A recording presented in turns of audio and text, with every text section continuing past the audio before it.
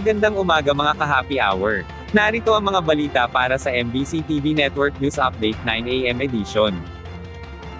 Kibuloy, tatakbo bilang independent candidate sa pagkasenador sa 2025 elections. Tatakbo ang nakakulong na si KOJC founder Pastor Apollo Kibuloy bilang independent candidate sa pagkasenador sa 2025 midterm elections. Ito ay matapos niyang i-revoke ang kanyang questionable acceptance of nomination sa ilalim ng Workers and Peasants Party dahil ayaw umano niyang madawit sa intra-party dispute ng partido base sa liham niya na naka-address sa COMELEC na inihain ni Attorney Mark Tolentino nitong Lunes. Bukod dito, ikinalugod naman ng presidente ng WPP at senatorial candidate na si Sonny Matula ang naturang development pero nilinaw niyang walang paksyon sa loob ng kanilang partido.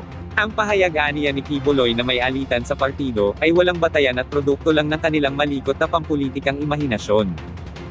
Matatandaan na nauna nang naghain ng petisyon si Matula para kanselahin ang kandidatura ni Kibuloy sa ilalim ng kanilang partido dahil sa material misrepresentation dahil hindi umano autorisadong tao ang naghain ng kanyang kona at dapat aniyang ideklara bilang nuisance candidate at idiskwalipika sa senatorial race. Samantala, sa panig ng COMELEC, sinabi ni Chairman George Erwin Garcia na hindi makakaapekto ang pagtanggal ng nomination kay Kibuloy sa determination ng poll body sa partial list ng 66 na posibleng lehitimong kandidato para sa senatorial race, kung saan kabilang nga si Kibuloy, maliban na lang umano kung may maghain ng petisyon laban sa pastor.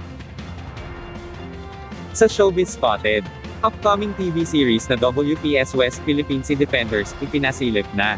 Ibinahagi ng KSMBPI Anti-Fake News Task Force and pinakabago nitong proyekto na pinamagatang WPS West Philippine Sea Defenders.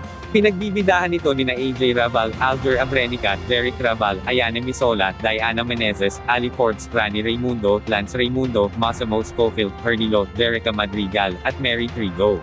May special participation din dito sina Attorney Mark Tolentino at Joey San Andres.